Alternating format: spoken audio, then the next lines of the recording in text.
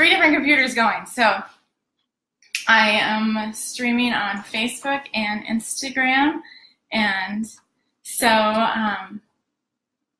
if I'm all over the place, I just want you to know that I've got 3 different screens looking at, so I will be checking comments on all of those, and we'll see if I can keep up with them. I'm not sure, but we'll just give everybody a minute to show up, and if you are here, if you could tell me that just where you are, and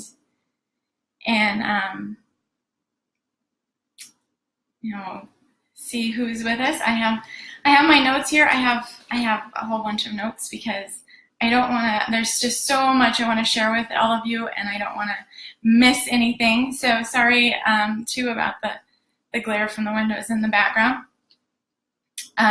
This is my kitchen, and so if you've been on my blog, you've gone through a kitchen tour there, then you probably recognize it. And I have the computer's opposite, but anyway, this is my kitchen sink area. So I like cutesy things like birds, and I have my little Swedish horse, and have things around you that you love. So Karen from Minneapolis. Yeah, Kathy, you started writing down time. Good job. So for those of you who don't know, I have started a challenge this week. I've never done a quick 5-day challenge like this before, so I'm really excited to have so many people on board and doing this. I know it's going to be an awesome week, and if you want to sign up, you could just go to my blog. I have a link for people on Facebook. I have the link on Facebook, and for those of you on Instagram, if you just go to my main homepage of nourishingminimalism.com, there'll be a little pop-up that comes up and tells you about the challenge, so you can sign up and get emails. So, hi, Gabriella from Los Angeles, and Sarah from Connecticut. Awesome. Thank you guys so much for joining me. I'm super excited. So if you have an accountability partner in this, be sure to tag them right now so they don't miss out on the video. And we'll go ahead and get started. So for those of you who don't know me, my name is Rachel Jones. I'm the Joyful Space Specialist, the author and founder of nourishingminimalism.com. And I am married to Brian, and we have 6 kids ranging in age from 3 to 21. And our 21-year-old is married and living in Hawaii, serving in the Marine Corps. So I know how busy life can be. I work at home. This is what I do full time, other than raising kids. And I started this blog because as a young mom, just overwhelmed and depressed, and I feared people stopping by. I didn't want the kids to have friends over to visit, because I was just really embarrassed on the way our house looked and the shape it was in. And so when I embraced minimalism, I found so much hope and healing and empowerment in just learning to live a life that was much more purposeful and intentional. And that's what I want to share with you, because you can do this too. I was a complete mess. There was no counters clean, and it was really horrible. It wasn't like the Hoarder Show. It wasn't quite that bad, but it was bad enough that, you know, I would open the door when people would come over, and I would be horribly embarrassed that everything was all over the floor and all over the couch and on every surface, and things were just stacked on top of each other, and it was bad. So, Cindy, you can overcome that, and now people can stop by, and it doesn't bother me. I'm very like, even if the house is messy, like, I know in my mind how bad it was 10 years ago, and so then I look at it and I'm like, this is everyday life. That's great. And and it's great to welcome people into that. So today we're going to talk about how to find time in your busy schedule. And I know how busy life can be, but I'm going to share some kind of harsh truth with you today. And the reason you can't find time is because you're already filling it up. So think about it.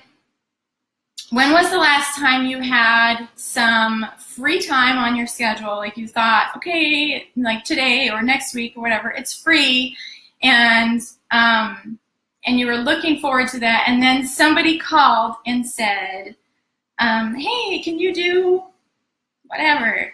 What was your response? Have you ever said no when you've been asked for that and you knew you had nothing on the calendar? So go ahead and leave me some comments. So, Glinda, it's good to see you. And Ariel too. Yay, people I recognize. Barbara, what does no mean? Yeah. That's our automatic response is yes, because that's just what we do. We feel so obligated to say yes, and unless we have a valid excuse, right? Because, well, you have to have a valid excuse. So generally we say, okay, yes, I can do that. And that's our default answer. And then we wonder, well, why don't I ever have time? And that's why. What you spend your time on is what is important to you. I don't leave that time for me and my needs. Yes, that's right. So so earlier this year, I read the book Essentialism, and I loved the way he described it in that just imagine that you have your closet, and it's stuffed to the gills, and you take an entire day and you sort through everything, and you get rid of all the clothes that don't fit, the ones you don't like, all the fat clothes, the skinny clothes, whatever, those clothes that make you feel bad. And by the end of the day, you've gotten rid of 3/4 of your clothes, and the closet is beautifully organized, and like everything's coordinating per season, and it's, beautiful. So you're proud of it, and you wake up the next morning and you get out what you want to wear because you know it'll be perfect, it'll feel good, and you leave for the day. And then the house is open and random people just come by with their clothes and stuff them into your closet, and they're stuffing them into the drawers and hanging them up and up on the top shelf and everything. And by the end of the day, you come back and you look at it, and your closet is stuffed even more than it was before, and it's not any of your stuff. It's everybody else's stuff. So that is what it's like with taking up time and not saying no to people, because everybody else's needs and priorities become important. Angela, you taught me that no is a complete sentence. Thank you. I don't have to explain why. Yeah, one year I challenged myself, and I was like, okay, I'm gonna just say no to people, and I'm not gonna explain myself. And it was hard because at first you're just so used to like, oh well, no, the kids have something, or I gotta do this for work. I'm just really slammed.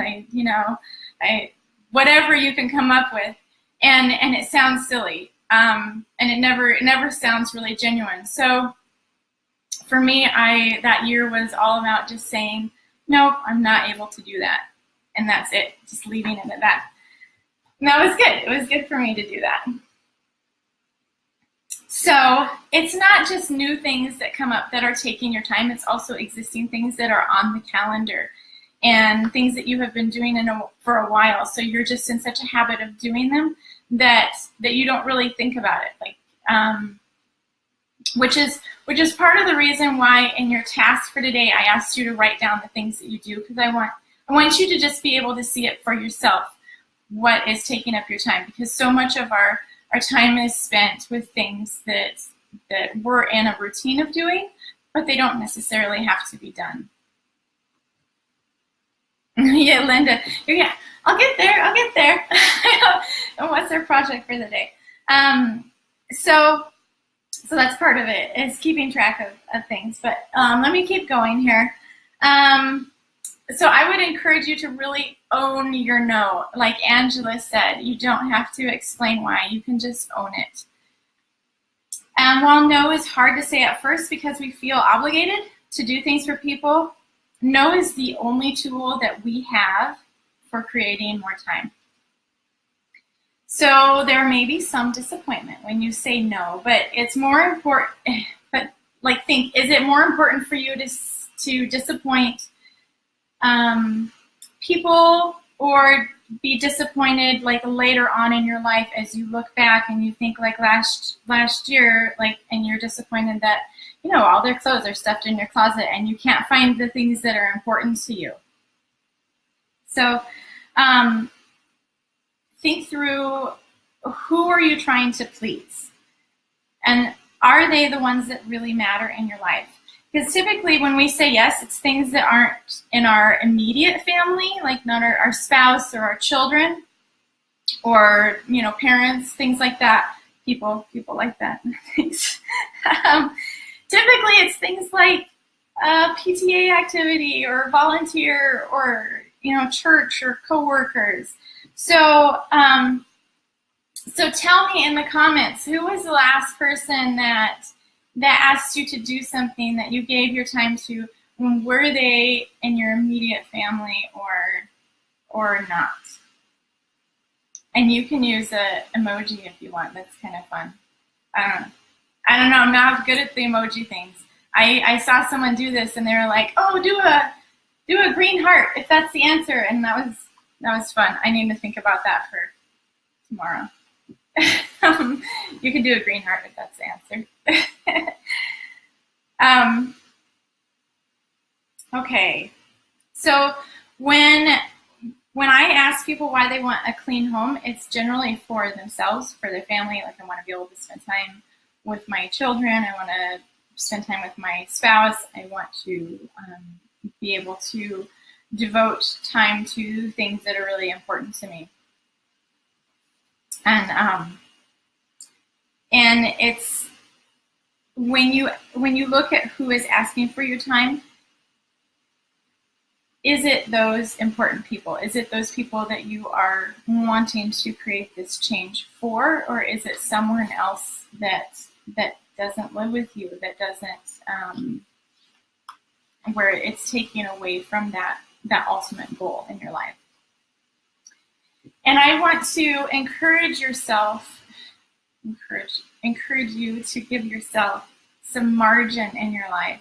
So schedule that space between activities and space every day that it's just free time on the calendar. And you can't say that you're free because it's marked out as your time. And it can be, 30 minutes. It can be an hour. It can be, 30 minutes between every scheduled activity from that day. But you need to schedule that out so you don't have things packed in your calendar, like one right on top of another, and that freezes us. So I do need to talk to you who have little children, because I know exactly how that is. You may not even have anything on your calendar, but you don't have any margin because you always have a baby in your arms or a toddler around your legs. And my little one is 3, and his favorite saying, okay, as he's crawling up on my lap and he's trying to climb back inside me. It's like so invasive. And he says, "Mom, I want you." And I'm like, you can't get any more of me than you already have. And that's the way it is. So there's a couple things that you can do about that as you're thinking through, like, how am I even going to have time to declutter my home and simplify my life? So one thing that helps is to spend time with your kids first. If you are giving them quality time in the beginning, where you're sitting down and you're doing a puzzle with them, or you're playing a game with them, you're taking a walk or going to the park, whatever it is that you know that your children feel loved and connected with, if you take time out to do that with them first, and then have them take a break and you go work on a project, then you won't have that guilty feeling of like, as we're working on something that we want, we always think, like, in the back of our mind, oh, I am not spending time with my children. So if you've already spent time with them and devoted that to them, then you can feel better about taking time out and working on your own stuff. And you won't have that guilt there. You can set up a quiet time ritual. For me, my children stopped naps pretty early. And I was very jealous of the people that had their, like, 4 and 5 year olds napping still in the afternoon. Like, oh, you still get an hour or two? Like, wow. Mine stopped by 18 months. They were probably all not napping. My 3-year-old has napped the longest, and he's just getting out of it now. So I feel really lucky with him. He's the only one. The rest of them, it was between a year and 18 months that they quit, and I never had that break after that. So I set up a quiet time, just a ritual where I would have them sit on their bed and play quietly and read a book or play quietly with Legos. And I separated them so they couldn't all play together in their quiet time. They each had to have their own space.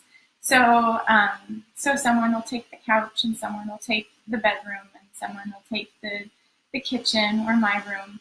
And they all share a room, where they did. So we have our daughters separated now, but for a long time they were, like, all the kids were in just one room. So they had to have different parts of the house, and it would just sometimes they'd bring a blanket out and they'd sit on their blanket in that spot and play. And if you're doing it, I would say your children are young, start with, like, 3 minutes and just build them up.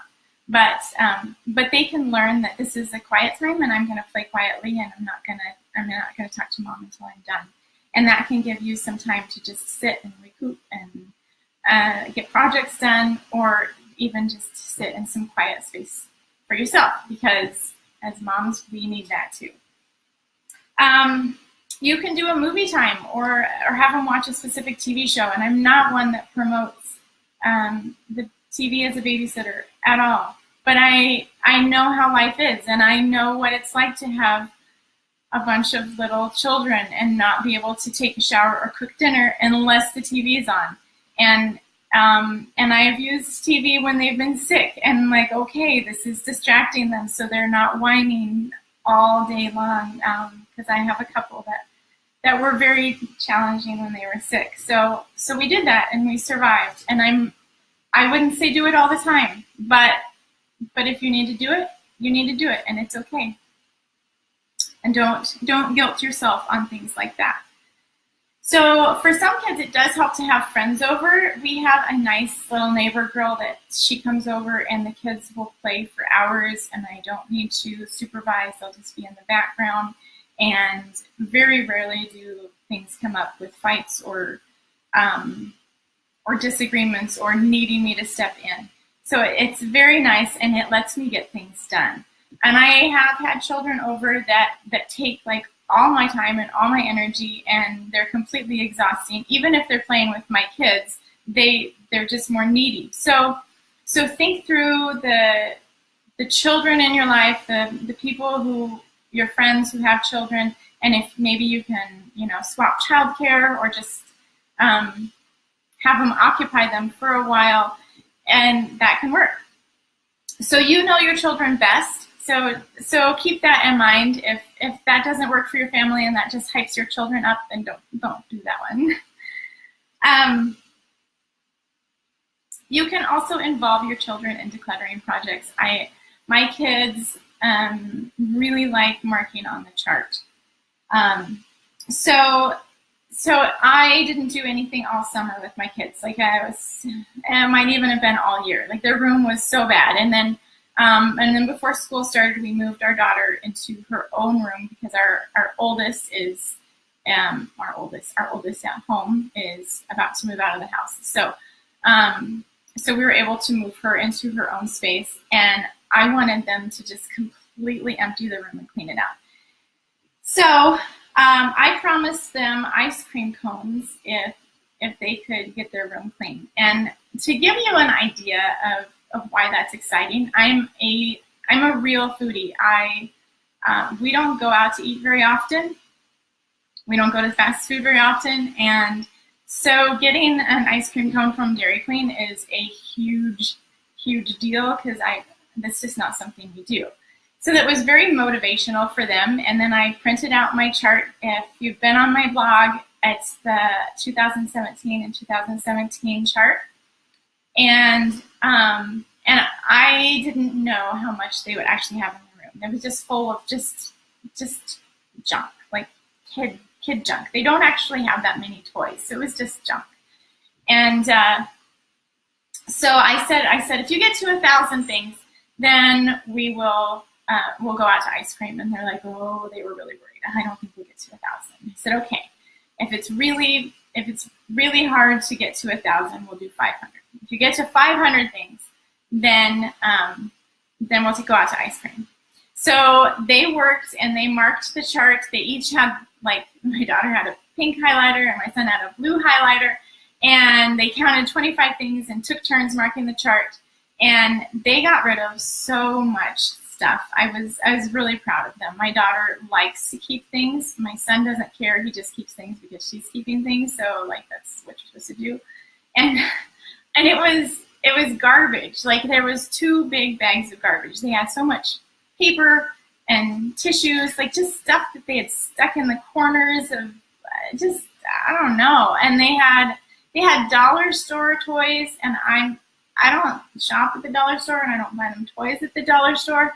So I'm not sure where exactly they came from. I think different things from school and Sunday school, and I don't know. They procreate in there. It's horrible. So they got rid of 500 things, and their room was pretty much empty. They kept the things that they play with. So they have stuffed animals. They have a castle set.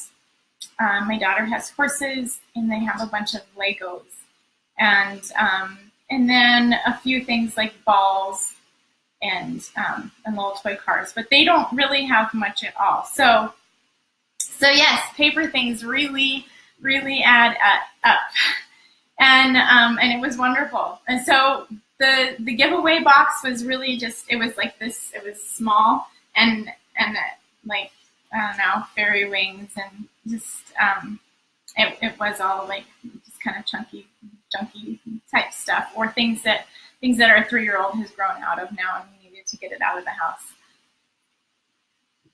So, Susie, your kids are on iPads, so you can watch this. Good job. Good job being resourceful.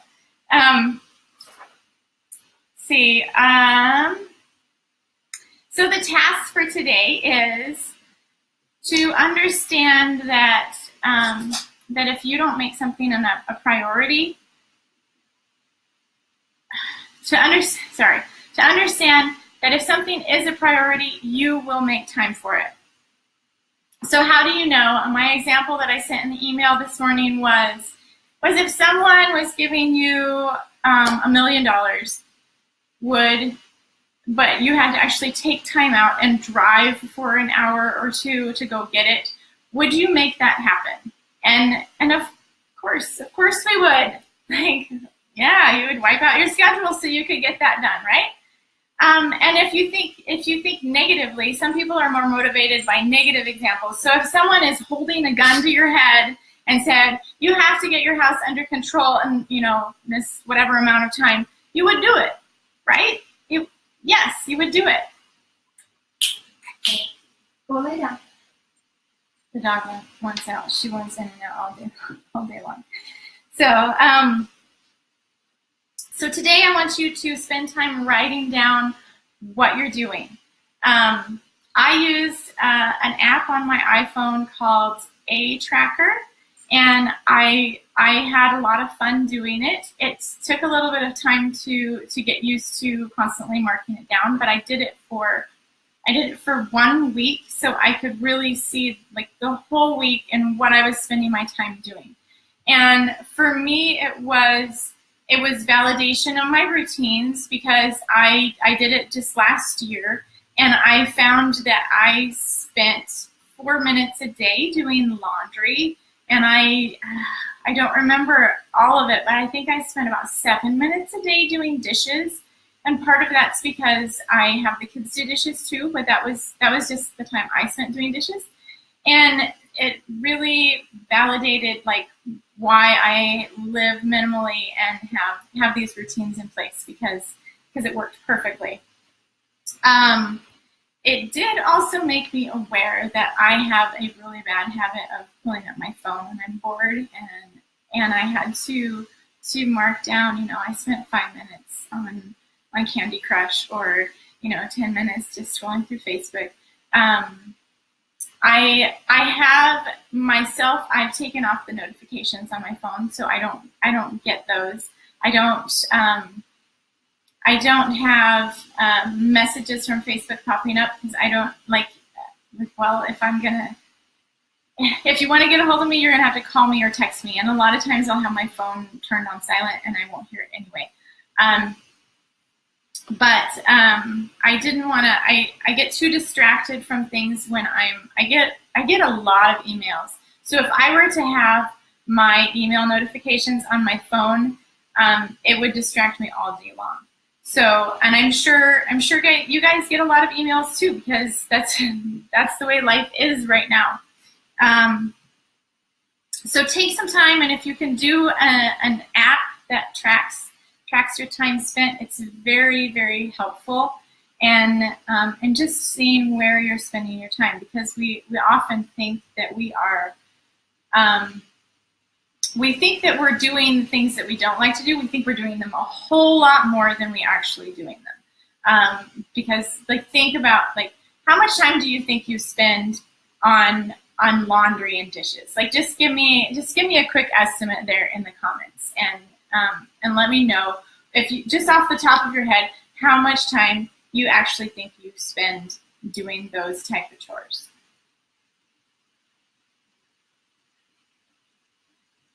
Denise says she only has her phone send emails every 30 minutes. So that's a good idea. At least you monitor it to some degree. 15 minutes a day, dishes 10 to 20 minutes a day. A day, probably an hour a day. Okay, so your goal today is to actually time how much time you do spend doing that, and see if it lines up with what you think, because we usually estimate that we spend a lot more time doing those things that we don't really enjoy doing. We think we do that a lot more than we do. And Sharon says an hour on laundry. Okay. So laundry 2 hours a week, laundromat. Well, that one you got down. If you go to the laundromat, it's easy to keep track of. Dishes anywhere from 15 minutes to an hour. So to keep track of that today, and see if that lines up with what you actually do. And then keep track of the things that you do that you don't think take up very much time. The scrolling through Facebook. I saw cooking. Cooking takes forever. And snacks, yeah, that can take a long time. I quit snacks, and I got kind of rigid with my kids. Okay, we're only eating at breakfast, lunch, and dinner, and these are the set times, and you can't ask for anything in between. And that varies during the school year. When they come home from school, they seem to be starving, so I do let them snack. But before they went into school, I think I was in the kitchen all day, because they were constantly hungry, and I finally just enough. And it took a few days it was my son, my 8-year-old, that had to adjust, because he was just used to eating all day long. And so then, but he did adjust. He adjusted to just eating. regular meals. So that saved some time. Yeah, Ariel says, you're cleaning up from snack time in addition to mealtime. Yes, so there's a lot more cleaning involved when you do that too. And yeah, depending on your diet, you do have a lot more prep time. But I do want you to time it out and just see what it actually is, and see how much time you're spending checking your email, scrolling through Facebook, whatever you find yourself doing, just be very conscious of that today and write it down. And you can use a spreadsheet if you don't want to have an app on your phone. You can just have a bunch of tally marks, like write down the things that you normally do and just, tally off like every 5 minutes that you spent there. So you have a realistic idea of what amount of time you're spending on things. And this is how you can shift your thinking. So tomorrow when you look at it, like, you won't get up thinking, I'm not going to have time to do any kind of decluttering tasks that Rachel has for me today. But you'll have a realistic idea of how much time you can devote to things like that. And then I want you to commit to 10 minutes a day this week. Just 10 minutes. Some days might be more and some days might be less, but plan that in your mind. Like, I am going to spend 10 minutes a day doing the things that Rachel tells me to do to clean my house. So this is not going to make your home like completely organized and uber minimalist, and you're not going to get to the end of the week and be like, wow, look at my house, it's awesome. But you will feel good and you will feel accomplished, and you will have all the foundations down that you need to maintain that clean and organized home. Because when you follow my process that I teach in my courses, it's setting up daily routines and working on a project every day. And they're small projects. I don't overwhelm.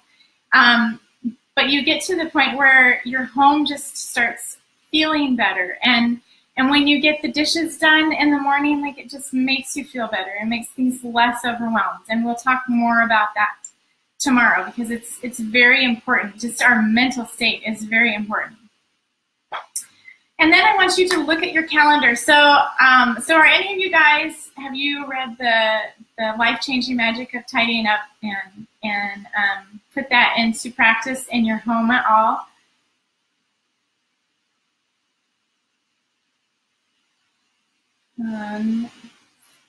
Let me know. Oh, yes, Angela did. Okay, cool. Yes. So when you think about her perception of like decluttering is, it does it spark joy. So then I want you to look at your calendar, and the name of the book is The Life-Changing Magic of Tidying Up. And some people really enjoy it, and some people don't, and it's okay either way. I enjoyed reading it, but some people, she has a lot of feelings involved, and so some people don't care for that, or they think very logically, and she's more of an emotional person. So, but it's a good read. Yeah, so Carrie says, I have read, but taking everything out at once is sort of too much. I think it is too, but I started my journey with a lot of stuff. It was really excessive. So the way I teach is much smaller scale and taking one category out at a time. But today I want you to look at your calendar and really evaluate the things that are on there and think to yourself, do I enjoy this? Like she says, does this spark joy for me? And if it doesn't, figure out a way to get it off your calendar. And that might mean finishing off, whatever commitment that is, and then just letting the person know, I'm not going to commit to this anymore. And think through, is this really beneficial in my life and with my family, with my spouse, with the things that are important to me, with the life that I really do want to be living. If it's not moving you forward to that, then find a way to get that off of your calendar. And there are some things that can't, you know, doctor's appointment, things like that. But those are important to keep those. But just different commitments that you have, whether you serve on the PTA or you are in book clubs, regular meetings of any kind. Evaluate them and see if they really add value to your life, and if that's something that you need there, or if that's something that you can pick up again later. You know, just evaluate it, and do tag your accountability buddy, and ask them what they found today, and talk to them about it. And that's it for today. Do you guys have any questions for me? I've got 3 different screens I'm looking at.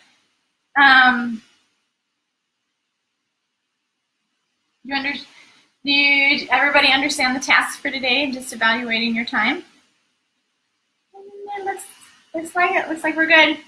So thank you so much for joining me. I'm really excited you're here on this challenge with me this week, and I know it's going to be awesome. So Gina, it's nice to see you. I love like all these people that I've gotten to know in the different Facebook groups and in my course, and they're here, and it's awesome. You guys are awesome. You light up my life. So thank you so much, and I will see you tomorrow.